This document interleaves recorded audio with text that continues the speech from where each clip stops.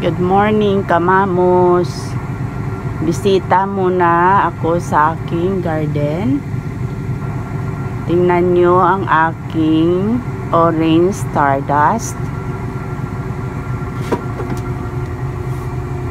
Kung may pangalan kayo ng aglaw ni Mana ito, please comment below. Pero para sa akin, orange stardust yata to. Hindi ako sigurado, binigay lang ito sa akin. Ang sipag niya mag leaves, tingnan nyo ang lalaki. Tapos ang sipag niya din mag baby. I-propagate natin to mga kamamos.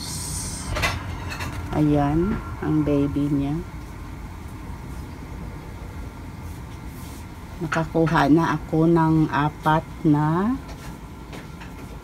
nakapropagate na ako, 4 na ang nakuha akong baby niya. Ito ang isa, ang laki na, 2 months na to.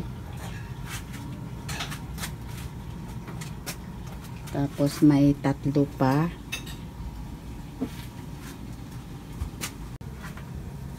Ito yung 3, isa, then 2, at ayan pa guys. So, ayan, sipag-sipag niya mag baby, tingnan nyo ang lalaki na nila.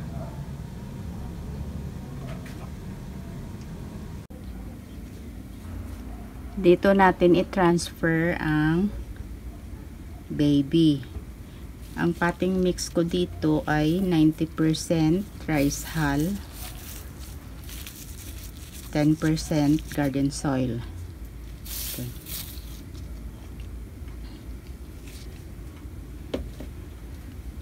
Hanapin muna natin ang pinaka roots. Huwag natin sirain ang roots.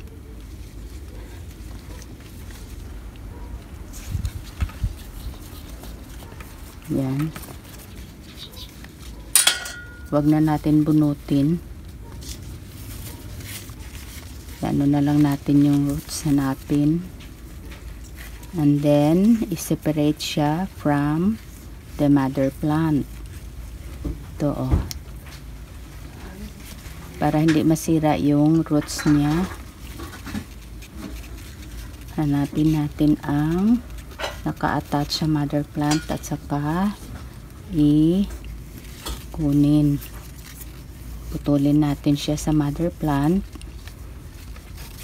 And then, unti-unti natin kunin para hindi masira ang roots.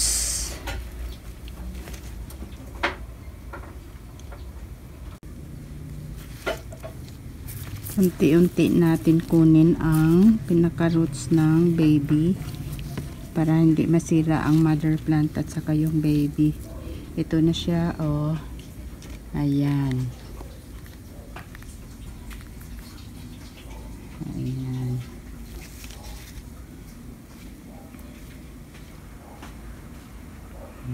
Ilagay natin to sa tubig before natin ilagay sa pot. And then ayusin natin ng mabuti ang mother plant kasi may baby pa siya na isa, oh. Talakayin natin yung baby at saka i-transfer ulit. Ayan.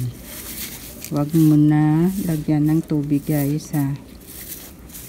Ano lang siya, ilagay lang siya sa shaded place.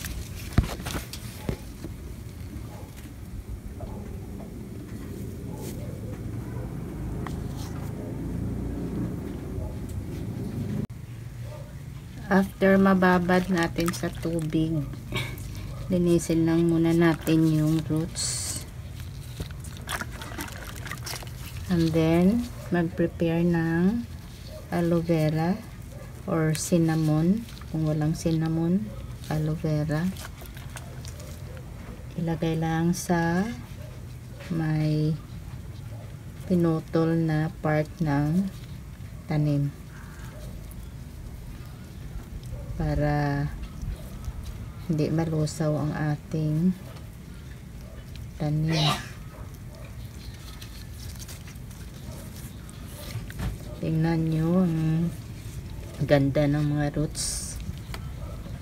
Na-save natin yung mga roots para madali tumubo.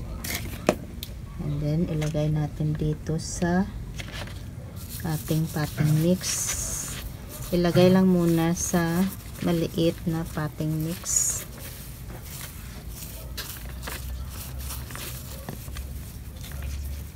Hanggang sa makarecover ang tanim.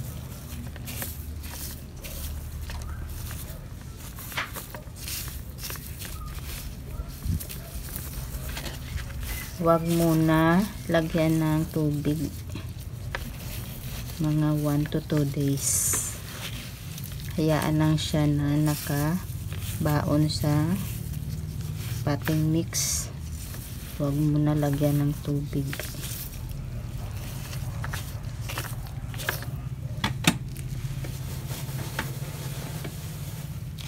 Lagyan lang ng rice hull sa itaas para ma-cover ang lahat na roots.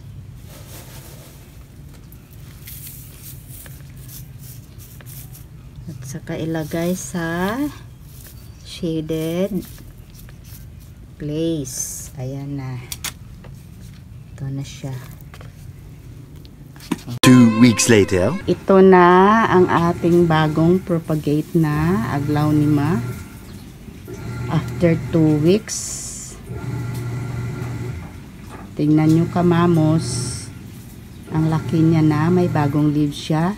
Ang laki na ng bagong leaves niya. Ang sipag talaga ng aglaw ni Ma nito bigay ng leaves at saka baby. This is 2 weeks na. After 2 weeks ito na siya. Basta wag nyo lang sirain ang roots pag nag-propagate kayo. Lagyan nyo ng cinnamon or aloe vera para madali siya maka-recover. Ang ganda niya na. Oh, tingnan nyo. Thanks for watching. Please share and subscribe.